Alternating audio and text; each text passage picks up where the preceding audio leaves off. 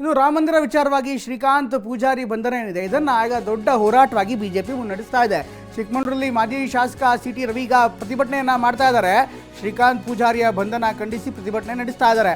ಇನ್ನು ಪೊಲೀಸ್ ಠಾಣೆ ಮುಂದೆ ಸಿಟಿ ರವಿ ಏಕಾಂಗಿಯಾಗಿ ಧರಣಿಯನ್ನು ಮಾಡಿದ್ದಾರೆ. ಚಿಕ್ಕಮಗಳೂರು ನಗರದ ಪೊಲೀಸ್ ಠಾಣೆ ಎದುರು ಧರಣಿ ಕೂತಿದ್ದಾರೆ. ನಾನು ಕೂಡ ಕರಸೇವಕ, ನನ್ನನ್ನು ಬಂಧಿಸಿ ಎಂಬ ಪೋಸ್ಟರ್ನ ಹಿಡಿದು ಧರಣಿ ಕೂತಿದ್ರು.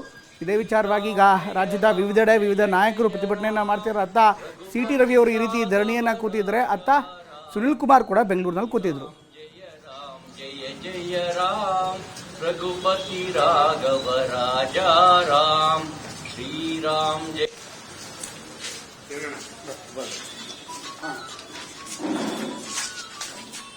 ಇದ್ರ ಜೊತೆಗೆ ಹುಬ್ಬಳ್ಳಿಯ ಗಲಭೆ ಆರೋಪಿ ಶ್ರೀಕಾಂತ್ ಪೂಜಾರಿ ಬಂಧನ ಕೇಸಿಗೆ ಸಂಬಂಧಪಟ್ಟಂತೆ ಬೆಂಗಳೂರಿನಲ್ಲೂ ಕೂಡ ಮತ್ತೆ ಪ್ರತಿಭಟನೆ ಶುರು ಮಾಡಿದ್ದಾರೆ. ಕೇಸರಿ ಕಡೆ ಪೊಲೀಸ್ ಠಾಣೆ ಮುಂದೆ ಇವತ್ತು ಬಿಜೆಪಿ ನಾಯಕರು ಕಾಣಿಸ್ಕೊಂಡಿದ್ದಾರೆ. ಬೆಂಗಳೂರಿನ ಸದಾಶಿವನಗರ ಪೊಲೀಸ್ ಠಾಣೆ ಎದುರು ಶಾಸಕ ವಿ ಸುನಿಲ್ ಕುಮಾರ್ ಕೂಡ ಪ್ರತಿಭಟನೆಯನ್ನು ಮಾಡಿದ್ರು. ಅತ್ತ ಚಿಕ್ಕಮಗಳೂರಿನಲ್ಲಿ ಸಿ ಟಿ ರವಿ ಪ್ರತಿಭಟನೆ ಮಾಡಿದ್ರೆ, ಅತ್ತ ಬೆಂಗಳೂರಿನ ಸದಾಶಿವನಗರ ಪೊಲೀಸ್ ಠಾಣೆಯ ಮುಂಭಾಗ ಸುನಿಲ್ ಕುಮಾರ್ ಪ್ರತಿಭಟನೆಯನ್ನು ಮಾಡಿದ್ರು. ಬೆಂಗಳೂರಿನ ಸದಾಶಿವನಗರ ಪೊಲೀಸ್ ಠಾಣೆ ಎದುರು ಕೂತು ಪ್ರತಿಭಟನೆ ಮಾಡಿದ್ದಾರೆ. ಅವರು ಕೂಡ ಈಗ ನಾನು ಕರಸೇವಕ, ನನ್ನನ್ನು ಬಂಧಿಸಿ ಎನ್ನುವಂಥ ಪೋಸ್ಟರನ್ನು ಭಿತ್ತಿಪತ್ರವನ್ನು ಹಿಡಿದು ಪ್ರತಿಭಟನೆಯನ್ನು ಮಾಡ್ತಿದ್ದಾರೆ. ಈ ಮೂಲಕ ಶ್ರೀಕಾಂತ್ ಪೂಜಾರಿಯ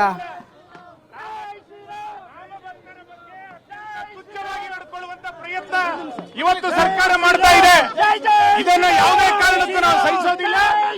ಅಮಾಯಕ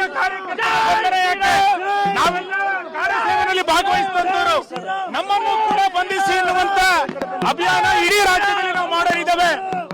22ನೇ ತಾರೀಕು ರಾಮ ಮಂದಿರ ನಿರ್ಮಾಣ ಸರ್ಕಾರ ಅದಕ್ಕೆ ಬೆಂಬಲವನ್ನು ಕೊಡಬೇಕಾಗಿತ್ತು. ಬೆಂಬಲ ಕೊಡದಲೇ ಒಂದು ಸರ್ಕಾರ ಹಿಂದೂಗಳನ್ನ ತುಚ್ಛವಾಗಿ ನೋಡುವಂತ ಪ್ರಯತ್ನವನ್ನ ಸರ್ಕಾರ ಮಾಡ್ತಾ ಇದೆ.